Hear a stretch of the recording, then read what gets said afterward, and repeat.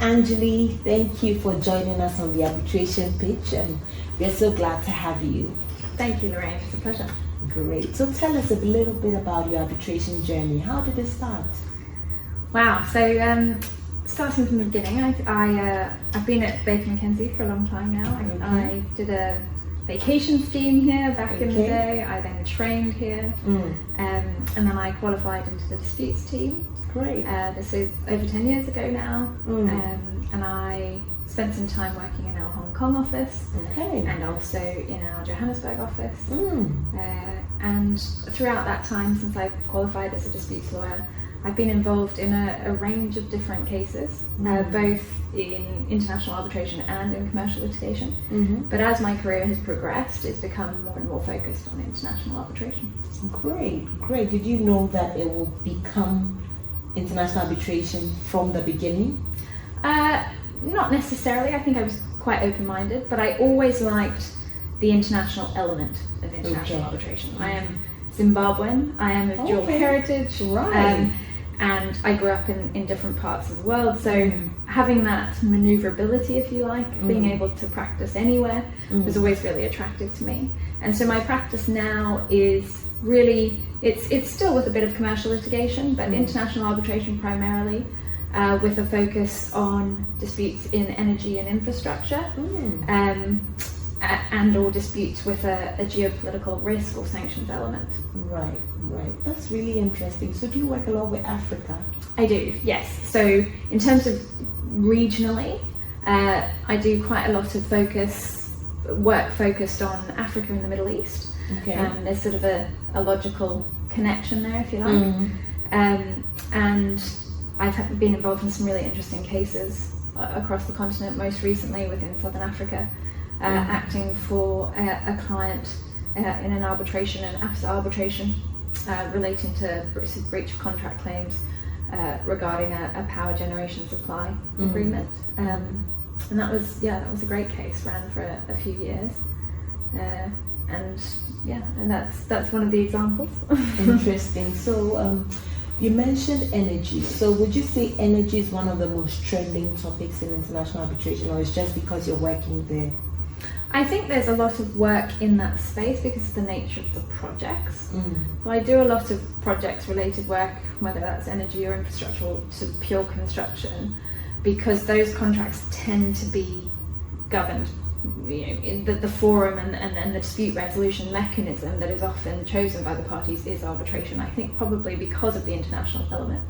So it's very rare that I'm working on a case where the parties are from the same jurisdiction, where even the seat of arbitration might be a third seat, where the governing law might be different. And so I think it's sort of inherent in that sector because of the nature of the deals, the international nature of the deals. And so parties often, in my experience,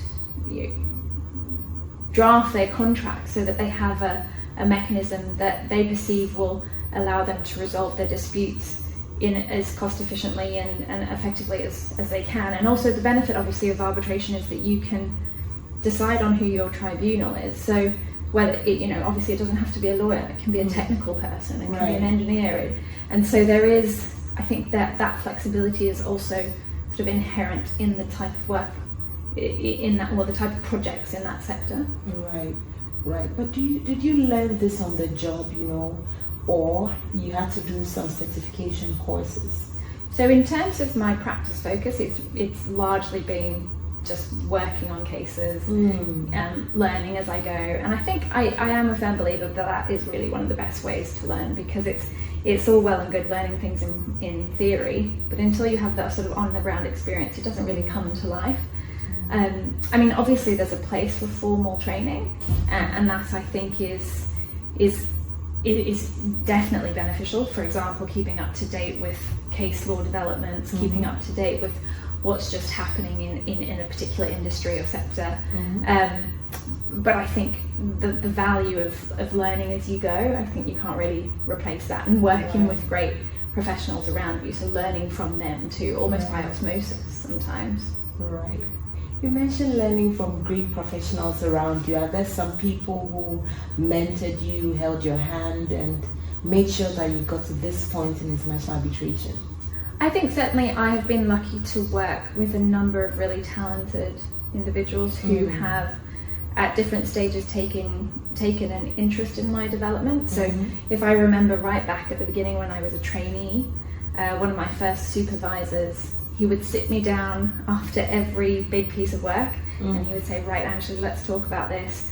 What did you learn? What went well? What do you think could have gone better? And I think that really instilled in me this sense of, okay, there's somebody else who's invested in my development. Right. And something that I try to do for others too, because that really is it's very motivating, and it gives you a sense of direction. So that was right at the beginning, and then of course working with leaders and professionals that I really respect, both as lawyers but also as people. That has been wonderful, and just learning from their expertise and their collaboration, their leadership style. Everybody's different. I think I've been lucky in my team specifically to have worked with almost all the partners in our team. We've got something like 16 partners. And that sort of adaptability, I think, as well, if you like. Right. Working with different styles, understanding people's different approaches. So, I mean, to answer your question on mentorship specifically, I've certainly had some really good team leaders. People talk often about mentorship and sponsorship and what that might mean. But I think in a way it's been a less formal process for me, if you like. And what's the greatest lesson you've ever learned from this informal mentorship you've had? It's a good question. The greatest lesson.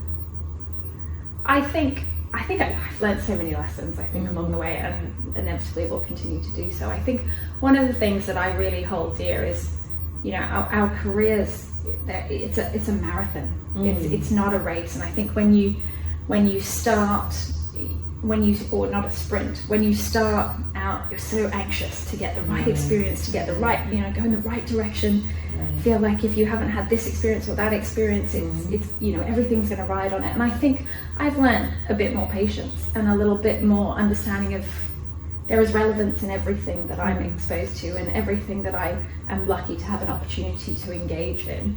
And it's about, I've always been very open-minded about the direction of my career and what I might work on. And sometimes looking back, I think, should I have been more strategic? But actually, I think things kind of pan out as they should sometimes as well. And it's about really, for me anyway, personally, I think it's about really seizing the opportunities that I've been given.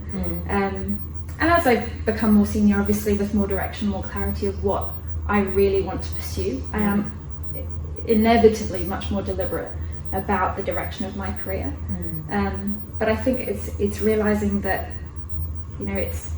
it's for a long time. Right. It's not. While I'm ambitious and I want to keep progressing and keep doing well and getting to the next stage in my career, there is, there's time.